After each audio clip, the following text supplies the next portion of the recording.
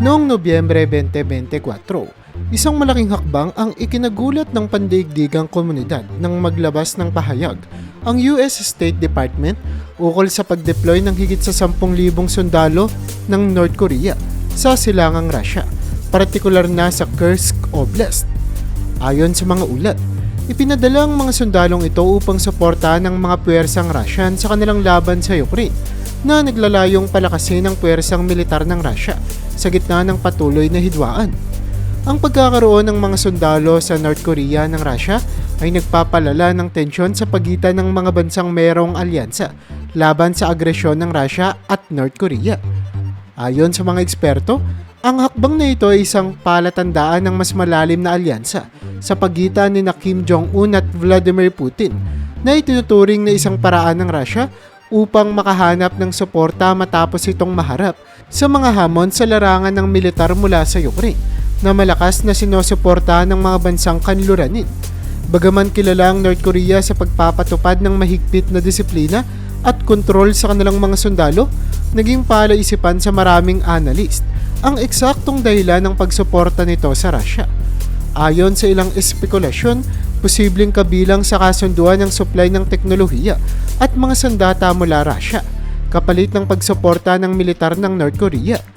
Ang mga intelligence report mula sa kanluran ay nagpapakita rin ng posibilidad na may kasunduan sa pagitan ng dalawang bansa na hindi lamang tumutukoy sa suporta sa larangan ng digmaan, kundi pati sa aspetong ekonomiko at teknolohiya na maaaring magbigay ng benepisyo sa parehong panig.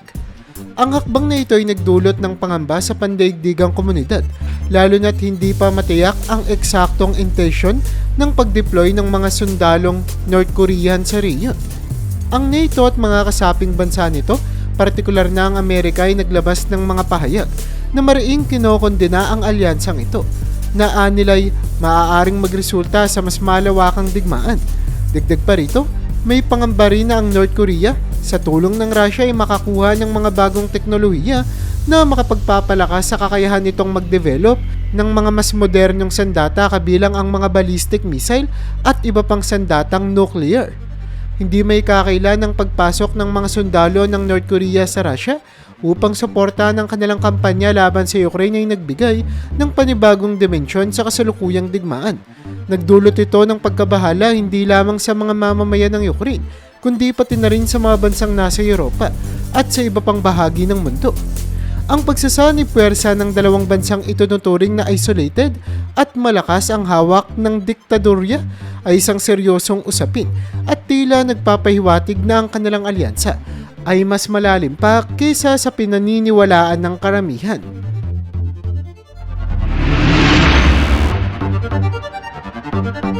Sa gitna ng pagdating ng mga sundalo ng North Korea sa Russia upang suportahan ng mga puwersa laban sa Ukraine, agad na naglabasan ng mga ulat tungkol sa mga insidente ng pagsuko at pagtakas ng mga sundalong ito sa kanilang hanay. Ayon sa mga balita, hindi lahat ng sundalong ipinadala sa Russia ay nanatiling tapat sa kanilang misyon. Ilan kasi sa kanila ay ilang oras pa lamang matapos dumating sa kanilang mga posisyon, iniulat na ang pagtakas ng ilang sundalo. Ang mga insidenteng ito ay nagdulot ng pagkalito at pag-aalala sa hanay ng mga puwersa ng Russian na ngayon ay kinikilangang magsagawa ng malawakang paghahanap sa mga tumakas na sundalo upang mapigilan ang tuluyang pagkalat ng balita. Ayon naman sa isang ulat mula sa Newsweek, isang grupo ng 18 sundalo ng North Korea ang iniulat na tumakas mula sa kanilang mga itinalagang posisyon malapit sa frontline. Ang mga sundalong ito na sanay sa istriktong disiplina sa kanilang bansa ay tila hindi handa sa mga matinding kondisyon at kaguluhan na kanilang hinaharap sa Russia. Isa sa mga isyong tinukoy ng mga analyst ay ang kakulangan ng tiyak na motibasyon ng mga sundalong ito na malayo sa kanilang pamilya at bayan. Ang ilan ay tila nag-aatubiling makibahagi sa isang digmaan na hindi nila tuwirang pinaniniwala ang makabubuti sa kanilang kinabukasan o kanilang bansa. Bukod sa kawalan ng ganap na suporta mula sa kanilang mga sundalo, nagkaroon din ng hamon sa komunikasyon. Ayon sa mga ulat, ang mga sundalo ng North Korea ay halos hindi marunong magsalita ng Russian, kaya't naging mahirap para sa kanila ang makipag-ugnayan sa kanilang mga kasamahang Ruso. Ito ay nagdulot ng malaking pagkabigo sa mga estratehiyang kanilang isinasagawa at sa kasanayan ng tropa na magsanib ng puwersa. Ang mga limitasyong ito sa wika ay nagbigay ng hindi lamang pagkabahala kundi maging ng demoralisasyon sa hanay ng mga sundalo ng North Korea. Malaking hamon din ang ulat ng klima at kakaibang mga kondisyon sa Russia kumpara sa North Korea. Habang masanay ang mga sundalo ng North Korea sa mga partikular na kalagayang militar sa kanilang bansa, tila hindi sapat ang kanilang kahandaan para sa malamig at mabagsik na klima ng Russia, lalo na sa mga rehiyon malapit sa Ukraine. Ang mga kondisyon sa labanan at ang mahigpit na paghihigpit sa mga supply, pati na rin ang mahihirap na kalagayan ng pagkakampo ay naging sanhi ng mga malawakang reklamo. Hindi lamang mula sa mga North Koreans, kundi pati na rin sa ilang kasamang sundalo mula sa Russia. Ang pagtaas ng bilang ng mga tumatakas at kumakampi sa Ukraine ay nagdulot ng pangangailangan para sa isang mas mahigpit na pamumuno sa mga hanay ng sundalo ng North Korea. Nagtalaga ang mga opisyal ng Russia ng mga espesyal na tagamasid at intelligence personnel upang subaybayan ang galaw ng mga sundalong ito at tiyaking walang iba pang tatakas. Gayunpaman, ang pagtaas ng kaso ng pagtakas at pagkampi sa Ukraine ay nagpapakita ng mas malaking problema sa moralidad at kahandaan ng mga tropa na nagdadala ng hamon sa mga layuning militar ng alyansang ito. Ang balitang ito ay nagdulot ng malaking usapin sa pagitan ng mga analyst, lalo't tumataas ang mga tanong tungkol sa tunay na kapakinabangan ng pagde-deploy ng mga sundalo ng North Korea sa gitna ng digmaan sa Ukraine. Ang kanilang pagkadismaya at kagustuhan na umiwas sa labanan ay nagbigay ng mensahe na ang alyansang ito, bagamat mukhang matibay sa papel, ay may mga kahinaang hindi madaling matugunan.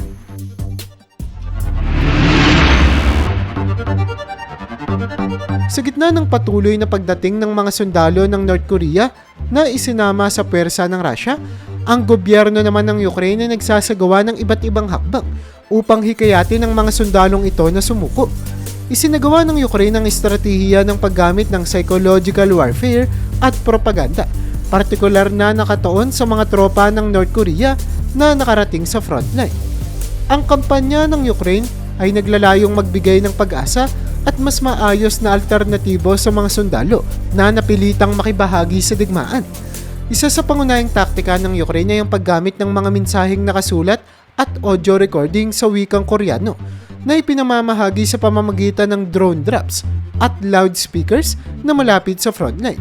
Ang mga mensaheng ito ay naglalaman ng mga pangako ng kaligtasan, maayos na pagtrato at kahit tulong pang-ekonomiya sa mga sundalo ng North Koreans na pipiliing sumuko sa halip na ipagpatuloy ang paglaban para sa isang layuning tila hindi nila naiintindihan o pinaniniwalaan. Ang mga mensahe ay malinaw na nagsasabing ang pagsuko ay hindi isang tanda ng kahinaan, kundi kalayaan mula sa isang sistemang patuloy na ginagamit lamang sila para sa sariling interes ng mga lider nila. Bukod sa mga mensaheng ito, naglabas din ang gobyerno ng Ukraine ng mga video na ipinapakita ang kalagayan ng mga sumukong sundalo. Sa mga videong ito ay pinapakita ang kanilang pagtanggap ng pagkain, tirahan at pangangalagang medikal mula sa mga puwersang Ukrainian. Ang intensyon ng Ukraine ay simple.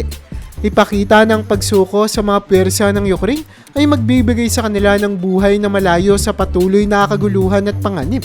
Sa pamamagitan ng pagpapakita ng kanilang kaligtasan at maayos na pagtrato, ang Ukraine ay naglalayong magkaroon ng domino effect sa hanay ng mga sundalong North Koreans na maaaring magpasyang sundan ang kanilang mga kabaro na nauna ng sumuko.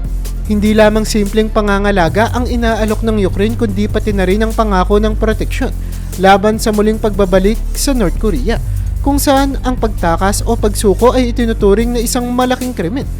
Tiniyak ng Ukraine na ang mga sumukong sundalo ay hindi ibabalik sa North Korea at sa halip ay bibigyan sila ng proteksyon, isang bagay na naglalayong tumulong sa mga sundalo na magdesisyon ng mas malaya at hindi natatakot sa mga posibleng parusa mula sa kanilang pamahalaan. Ang ganitong pangako ay may malaking epekto sa pag-iisip ng mga sundalo, lalo na't ang pagiging traidor ng mga North Korean sa kanilang sariling bayan ay maaaring magdala ng matinding kaparusahan sa kanilang mga pamilya kung sila ay bumalik sa North Korea. Ang estratehiya ng paggamit ng mga material na pangkomunikasyon at video ay nakatulong upang magsimula ng isang alon ng mga pagsuko mula sa mga hanay ng mga North Koreans na sundalo. Ang kakulangan ng tunay na motibasyon, ang hirap ng kondisyon sa digmaan at ang pangako ng isang mas ligtas na kalagayan ang ilan sa mga dahilan kung bakit ang ilan sa mga sundalo ay pinipiling sumuko. Gayun din, ang pagkalat ng impormasyon mula sa mga unang sumuko na nagpapakita ng katotohanan sa maayos na pagtrato ng mga Ukrainians ay naging mabisang paraan upang manghikayat ng karagdagang pagsuko. Sa kabilang banda, ang hakbang ng Ukraine na hikayatin ng mga pagsuko ay hindi lamang isang simpleng taktika ng propaganda. Ito rin ay isang taktika ng pagpapahina sa alyansa sa pagitan ng Russia at North Korea. Sa bawat sundalo ng North Koreans na sumusuko, isang sundalo ang maaaring magamit laban sa kanila ang nawawala sa panig ng Russia. Ang estratehiyang ito ay hindi lamang tungkol sa pagpapababa ng moral ng kalaban, kundi tungkol din sa pagpapakita na ang alyansa ng Russia at North Korea ay may malalaking bitak na maaaring pagsimula ng pagkasira ng kanilang koalisyon.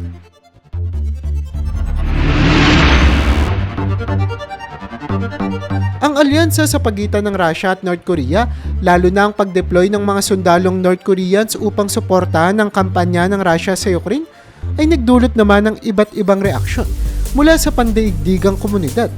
Itinuturing ng maraming bansa ang hakbang na ito bilang isang malubhang pagtaas ng tensyon sa umiiral na hidwaan sa pagitan ng Ukraine at Russia. At nag-aalala ang maraming leader tungkol sa epekto ng naturang alyansa sa seguridad ng rehiyon at ng buong mundo. Ang Amerika bilang isa sa mga pangunahing taga-suporta ng Ukraine ay agad na naglabas ng pahayag na mariing kinokondena ang alyansang ito. Ayon sa mga opisyal ng Amerika, ang pagsuporta ng North Korea sa Russia ay isang malinaw na hakbang patungo sa mas malalim na militarisasyon ng digmaan na maaaring magdulot ng malalang eskalasyon. Ang US State Department ay nagbabala sa North Korea tungkol sa mga posibleng parusa na maaaring ipataw sa kanila dahil sa direktang pakikialam sa kaguluhang militar. Ang alyansa ng dalawang bansang itinuturing na may hawak na diktadorya at madalas na lumalabag sa mga pandaigdigang batas ay nagdulot ng pagkabahala sa Amerika na patuloy na naghahanap ng paraan upang pahinain ang kakayahan ng Russia na magpatuloy sa kanilang mga opensiba. Ang mga bansa sa Europa, lalo na ang mga kasapi ng European Union, ay nagpahayag din ng kanilang pagkondena. Sa isang pulong ng European Council, tinukoy ng mga lider ng Europa na ang alyansa ng Russia at North Korea ay nagpapakita ng kawalan ng pagpapahalaga ng dalawang bansa sa pandaigdigang kapayapaan at seguridad. Nagpatupad ang European Union ng mga karagdagang parusa laban sa parehong Russia at North Korea na layuning putulin ang mga ugnayan sa ekonomiya at pagpapadala ng mga materyales na maaaring magamit sa digmaan. Ang mga parusang ito ay naglalayong pigilan ng karagdagang kooperasyon sa pagitan ng dalawang bansa at pahinain ang kanilang kakayahan na magpatuloy sa kanilang mga agresibong hakbang. Samantala, ang Japan at South Korea, dalawang bansa na matagal nang nasa ilalim ng banta mula sa North Korea, ay nagbigay ng seryosong babala sa pag-deploy ng mga sundalo ng North Korea. Ayon sa mga pahayag mula sa gobyerno ng Japan, ang paglahok ng mga sundalong North Korean sa digmaan ay maaaring magresulta sa mas malawak na kaguluhan sa Asia at magbunsod ng mas maraming banta sa kanilang seguridad. Pareho din ang nararamdaman ng South Korea na mariing nanawagan sa United Nations na kumilos upang matiyak na ang mga aksyon ng North Korea ay mapipigilan. Ang alyansang militar na nabuo sa pagitan ng Moscow at Pyongyang ay ikinababahala ng Tokyo at Seoul na tila may mga implikasyon sa pagpapalakas ng militarisasyon sa rehiyon ng Silangang Asya. Ang United Nations ay nagpatawag ng isang emergency session upang talakayin ang epekto ng pakikialam ng North Korea sa digmaan sa Ukraine. Sa pulong na ito, binigyang diin ng mga kasapi ng UN Security Council ang pangangailangan ng isang solusyon na makakapigil sa patuloy na pagsuporta ng mga sundalo ng North Korea sa Russia. Ilan sa mga leader ng United Nations ang nagsusulong ng mas matinding parusa laban sa North Korea upang bigyan ng diin ng paglabag sa pandaigdigang batas at pakikialam sa ibang mga bansa ay may kaakibat na seryosong kaparusahan. Gayunpaman, ang kakulangan ng pagkakaisa sa Security Council, partikular sa bahagi ng Russia at China, ay nagresulta sa mabagal na pag-usad ng anumang resolusyon na magpataw ng mas matinding parusa sa North Korea. Gayun din, ipinakita ng NATO ang kanilang pagkabahala sa mga balitang naglalaman ng detalyadong pakikialam ng North Korea sa digmaan. Ang NATO Secretary General ay nagpahayag ng pagkakaroon ng mga sundalo ng North Korea sa larangan ng digmaan ay isang indikasyon ng desperasyon ng Russia sa pagkuha ng sapat na puwersang militar. Nagbabala rin ng NATO na ang anumang banta mula sa alyansang ito ay tutugunan ng alyansa na handang magpatuloy sa pagsuporta sa Ukraine sa kanilang laban para sa kalayaan at soberanya. Ang pandaigdigang reaksyon sa alyansa sa pagitan ng Russia at North Korea ay nagdulot ng malawakang pagkabahala at mas pinaigting na mga hakbang upang pigilan ang anumang posibleng eskalasyon ng digmaan. Ang pag-deploy ng mga sundalo ng North Korea ay hindi lamang nakakaapekto sa sitwasyon sa Ukraine, kundi nagdadala rin ng banta sa pangkalahatang seguridad sa rehiyon ng Asya at sa buong mundo.